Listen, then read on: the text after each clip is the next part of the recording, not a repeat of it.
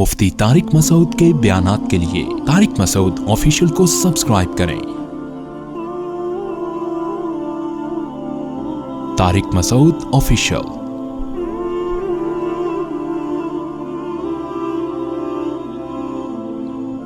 نجعل المسلمین کالمجرمین، موت کے بعد اگر زندگی نہیں ہے تو اس کا مطلب اچھا کرنے والے اور برا کرنے والے کا انجام سیم ہے، ایک جیسا انجام ہے۔ ما لکم کیف تحکمون، اللہ فرماتے ہیں تمہیں کیا ہو گیا کہ تم کیسے فیصلے کرتے ہو میرے بارے میں، کہ اچھا اور برے میں فرق ہی میں موت پہ ختم کر دیتا ہوں۔ نبی صلی اللہ علیہ وسلم کو مجنون کہا گیا، اس صورت میں قرآن نے نقل کیا مشرکین کا دعویٰ کہ وہ آپ کو مجنون کہتے ہیں، اس کا قرآن نے جواب دیا والقلم وما یسطرون، قلم کی تحریریں بتائیں گی کہ محمد صلی اللہ علیہ وسلم مجنون نہیں ہے۔ کسی مجنون کو، کسی دیوانے کو اتنا پروٹوکول نہیں ملتا۔ سب سے زیادہ جس کی سیرت پہ لکھا گیا محمد صلی اللہ علیہ وسلم ہے، قلم سے سب سے زیادہ جن کے الفاظ کو محفوظ کیا گیا وہ محمد صلی اللہ علیہ وسلم ہے، ان کی باتوں کو۔ 1400 سال پہلے کا کوئی دنیا میں ایسا شخص آپ نہیں دکھا سکتے جس کی ہزاروں باتیں آج بھی کتابوں کی شکل میں محفوظ ہوں، ایک بھی نہیں دکھا سکتے، بلکہ کسی ایک کی ایک بات بھی شاید نہ دکھا سکیں کہ جس کے بارے میں یقین ہو کہ واقعی اس نے یہ کہا ہے۔ لیکن رسول اللہ صلی اللہ علیہ وسلم کی جتنی باتیں محفوظ ہیں پوری سندوں کے ساتھ ہیں، پوری سندوں کے ساتھ، ان سندوں کے راویوں کے ساتھ، ان راویوں کے حالات زندگی کے ساتھ، ان کی تاریخ وفات کے ساتھ۔ تو کوئی دنیا میں ایک بھی ایسا شخص نہیں گزرا۔ تو قرآن کہہ رہا ہے والقلم وما یسطرون ما انت بنعمت ربک بمجنون، آپ اپنے رب کی نعمت اور فضل سے مجنون نہیں ہیں۔ تو قرآن جو یہ سورہ قلم کا جو اینڈ ہے، جو اس کی انتہا ہے، اس میں بھی اسی بات کو دہرایا وَإِن يَكَادُ الَّذِينَ كَفَرُوا لَيُزْلِقُونَكَ بِأَبْصَارِهِمْ وَيَقُولُونَ إِنَّهُ لَمَجْنُونَ، کہ دلائل کی دنیا میں یہ عاجز آ چکے ہیں، ان کے پاس آپ کی باتوں کا جواب بولو نہیں ہے۔ اور عجیب بات ہے قرآن میں یہ ہے سنوریہم آیاتنا فی الآفاق، جتنے دلائل ہم نے دیے ہیں نا، مزید دلائل ہم ان کو قیامت تک دیتے رہیں گے، دکھاتے رہیں گے، اس کائنات میں نشانیاں دکھاتے رہیں گے، جس سے ان کے لیے اسلام کا برحق ہونا اور زیادہ ثابت ہو جائے گا۔ ان میں ایک دلیل کیا ہے؟ اسلامی احکام، اسلام کے جو احکام ہیں نا، وہ آج دنیا چاہے نہ چاہے ماننے پر مجبور ہو رہی ہے کہ اس کا آلٹرنیٹ کسی کے پاس بولتے کیوں نہیں، یہ ایسے حکام کسی قوم کے پاس ہیں ہی نہیں جو 1400 سال پہلے محمد صلی اللہ علیہ وسلم نے دیے۔ یہ لوگ اعتراض کرتے ہیں ان احکام پر جو ان کی سمجھ میں نہیں آ رہے، یہ نہیں دیکھتے کہ جو احکام آپ کی سمجھ میں نہیں آ رہے، اگر ان کی بیس پہ آپ پورے اسلام کا انکار کرو گے تو پھر آپ کے پاس آپ کو بہت سے ایسے احکام ماننے پڑیں گے جو بالکل بھی سمجھ میں نہیں آ رہے، ان کی تو کوئی لاجک سرے سے بنتی ہے ہی نہیں۔ آج میں نے کمنٹس پڑھے، کسی ہندو کے کمنٹس تھے یا کسی ایتھیسٹ کے کمنٹس تھے، قربانی سے متعلق میں کچھ مسائل بیان کر رہا تھا یوٹیوب چینل پہ، تو نیچے کمنٹس میں ایک شخص کے کمنٹس کہ خدا را ان معصوم جانوروں کو قتل ہونے سے بچاؤ۔ بقرعید میں جانور ذبح ہوئے نا، ذبح ہوتے ہیں بقرعید میں, تو خدارا ان معصوم جانوروں کو قتل ہونے سے بچاؤ. ان کا کیا جرم ہے؟ لاکھوں جانور. تو اور اس طرح کے کچھ احکام ایسے ہیں جو ان کی کھوپڑی میں نہیں آتے کہ یار یہ کیا ہو رہا ہے, جانوروں نے کیا بگاڑا جو آپ اتنا کاٹ کے لاکھوں جانوروں کو کھا جاتے ہو. تو اس کی بیس پر وہ اسلام ہی کو غلط سمجھنا شروع کر دیتے ہیں. قربانی کی کیا حکمتیں ہیں, کیا فلسفہ ہے, کیوں کاٹتے ہیں ہم جانوروں کو, ابھی یہ میرا ٹاپک نہیں ہے, اس پر بہت کچھ ہو چکا ہے, اس پہ تو بہت کچھ کہا جا چکا ہے.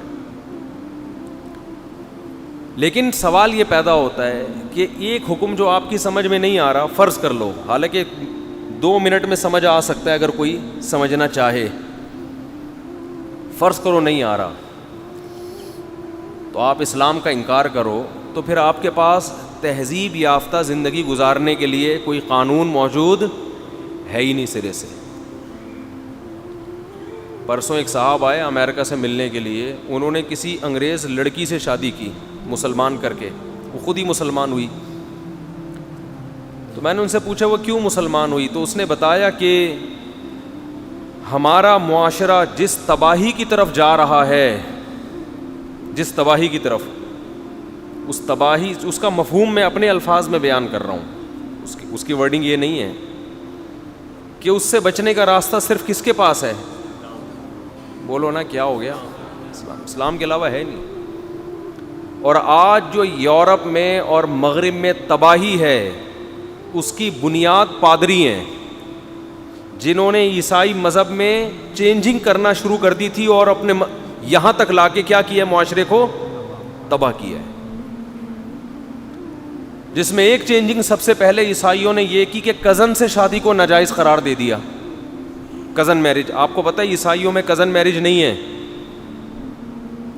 تو حضرت عیسیٰ کا مذہب یہ نہیں تھا, یہ پادریوں نے بعد میں گڑا ہے کہ وہ بہن کی جیسے ہوتی ہے لہذا وہ بھی کیا ہے, حرام. تو وہ صوفی پن جو ہے نا, صوفی پن, تصوف. پھر اور جتنا دور شادی ہوگی اتنا زیادہ اچھا ہے, یعنی رشتہ داروں میں نہ ہو, رشتہ داروں میں کیا ہو, دور سے دور ہو. اس کی اپنی تحقیق ہے, مجھے نہیں پتا یہ تحقیق صحیح ہے یا غلط. اتنی تحقیق تو صحیح ہے کہ پادریوں نے یہ کزن میرج پر کیا لگائی تھی, پابندی. حالانکہ حضرت عیسیٰ کی یہ تعلیمات نہیں ہیں. اور یہ صوفی پنے میں, صوفی پن ہوتا ہے نا, خامخواہ میں آپ مذہب میں پابندیاں در پابندی, مزاج کی دخل اندازی, مزاج. جیسے عرب لوگ منہ بولے بیٹے کی بیوی کو حقیقی بہو سمجھتے تھے, کیونکہ جب ایک آدمی کو بیٹا بنا لیا تو اس کی بہو اس کی بیوی آٹومیٹیکلی کیا بن گئی, آپ کی بہو. حالانکہ آسمانی مذاہب میں ایسا کوئی تصور نہیں ہے کہ کوئی آپ کا بیٹا ہے تو وہ سچی مچی کا بیٹا بن گیا, ایسا نہیں ہے. بنانے سے تھوڑی بنتے ہیں, تو اللہ کے بنانے سے بنتے ہیں رشتے. تو عربوں نے کیا کیا, اس کو بھی کیا سمجھتے تھے وہ, حرام. تو اسلام نے آ کے ختم کیا یہ کہ بھئی یہ کیا ہے, منہ بولا بیٹا کیا ہوتا ہے. تو ایسے ہی نا ہم لوگ مزاج سے, ماحول سے متاثر ہو کر خود سے بھی کچھ چیزیں بناتے چلے جاتے ہیں, وہ اچھی لگتی ہیں, لوگ اس سے لگتے ہیں بھائی ماشاء اللہ اتنا نیک آدمی. جیسے آج کل کزنوں سے پردہ نہیں ہے کہ یہ تو ہماری بہنوں کی طرح ہیں. کزنوں سے پردہ آج کل مارکیٹ میں کیا ہو گیا, شارٹ ہے. کزن پردہ نہیں کرتی اپنے خالہ زاد بھائی, چچا زاد بھائی سے, اس کو کہتے ہیں یہ تو بھائیوں کی طرح ہے, ہمارا بھائی ہے. تو بھائی کزن نامحرم ہے, اس سے نکاح جائز ہے اسلام میں. بھائیوں کی طرح ہونا ایک الگ بات ہے, ٹھیک ہے آپ بھائیوں جیسا سمجھیں, لیکن حقیقی بھائی نہیں بن جاتا. اس سے شادی ہوتی ہے, اس سے بچے پیدا ہوتے ہیں. اور اسلام میں تو کزن میرج کی ترغیب ہے کہ دور کے رشتوں سے بہتر ہے کس میں کی نکاح کرو, کزن میں. اس پر میرا ایک بیان بھی ہے, کزن میرج کے فائدے. یہ جو ڈاکٹروں کی تحقیق ہے نا کہ کزن میرج سے لنگڑے لولے ہوتے ہیں, بیکار باتیں ہیں, اٹھا کے فالتو قسم کی باتیں ہیں یہ. اس پر پوری مجھے یہ تحقیق کا پتہ ہے کہ ڈاکٹر ایسا کہتے ہیں, اس کو ایویں ہی بیکار باتیں ہیں یہ ڈاکٹروں کی, ان چیزوں میں نہ سنا کریں. تو اس پہ جو پورا بیان ہے, اس پوری میں وہ ریپیٹ نہیں کروں گا بیان, کیونکہ پھر کزن میرج پہ پورا بیان ہو جائے گا میرا, تو وہ کلپ ہے میرا یوٹیوب پہ. تو اسلام میں تو یہ ترغیب ہے, اس سے کیا ہوتے ہیں, رشتہ مضبوط ہو جاتا ہے. اسلام کیا چاہتا ہے, رشتے کمزور ہوں یا مضبوط؟ تو کزن میں کیا ہوتا ہے کہ رشتہ اور زیادہ مضبوط, خاندان اور مضبوط. تو پادریوں نے پابندیاں لگائیں کہ باہر ہوگی. اس انگریز عورت کی یہ تحقیق ہے کہ پادریوں نے یہ اس لیے کیا تاکہ جو خاندانی روایات میں لوگ جکڑے ہوئے ہوتے ہیں, خاندان کمزور ہو جائیں اور پادریوں کا ہولڈ زیادہ ہو جائے. جتنا مضبوط خاندان ہوتا ہے نا, اتنی روایات کیا ہوتی ہیں, مضبوط ہوتی ہیں. آپ اپنے خاندان کو اتنا فالو کرتے ہو. تو وہ اس کی تحقیق ہے کہ وہ پادریوں نے اپنی دکانیں کھولنے کے لیے یہ سب کچھ کیا وغیرہ وغیرہ. وہ اس کی ریسرچ ہوگی, اللہ ہی جانے, میرے پاس نہ وہ ریسرچ ہے نہ اس کے حوالے ہیں. تو اس نے دیکھا کہ اسلام میں اہم چیز کیا ہے کہ جو قرآن و سنت تھا ایز اٹ از آج بھی امت میں موجود ہے. مسلمان علماء نے تحریفات نہیں کی. اور کمال کی بات آپ کو بتاؤں, جو تحریفات کر رہے ہیں نا وہ علماء کو برا بھلا کہہ رہے ہیں. یہ عجیب فنٹر گیری ہو رہی ہے معاشرے میں. یعنی جو قرآن و سنت میں تحریف کر رہے ہیں نا, پروفیسر ٹائپ کے جو لوگ نئے نئے مارکیٹ میں آ رہے ہیں, پروفیسر غامدی صاحب جیسے, جو تحریف کر رہے ہیں نا, وہ اس تحریف پہ لیبل پتہ کیا لگاتے ہیں کہ جیسے یہود و نصارہ کے مولویوں نے قرآن و اپنی تورات انجیل میں تحریف کی, ایسے ہی اس امت کے علماء نے بھی قرآن و حدیث میں تحریف کی. ہم اصل قرآن بتا رہے ہیں آپ کو, حالانکہ اصل میں یہ تحریف کر رہے ہیں. یہ خوب سمجھ لیں کہ اس امت کے علماء اور پچھلی امتوں کے علماء میں زمین آسمان کا فرق ہے. جیسے اس امت میں اور پچھلی امتوں میں زمین آسمان کا فرق ہے, اسی طرح اس امت کے علماء اور پچھلی امتوں کے علماء میں بھی زمین آسمان کا فرق ہے. پچھلی امتیں من حیث الامہ گمراہ ہو گئیں. اس امت کے بارے میں قرآن کہتا ہے کنتم خیر امت اخرجت للناس, تم تمام امتوں سے سب سے بہتر ہو جن کو ہم نے لوگوں کے نفع کے لیے پیدا کیا ہے. کیا مطلب, یہ امت باقی دنیا کی امتوں کو گائیڈ کرے گی. اس سے پتہ چلتا ہے یہ امت من حیث الامہ گمراہ نہیں ہو سکتی. چند لوگ تو خراب ہو سکتے ہیں, پوری امت نہیں خراب ہو سکتی. سمجھ میں آ رہی ہے بات؟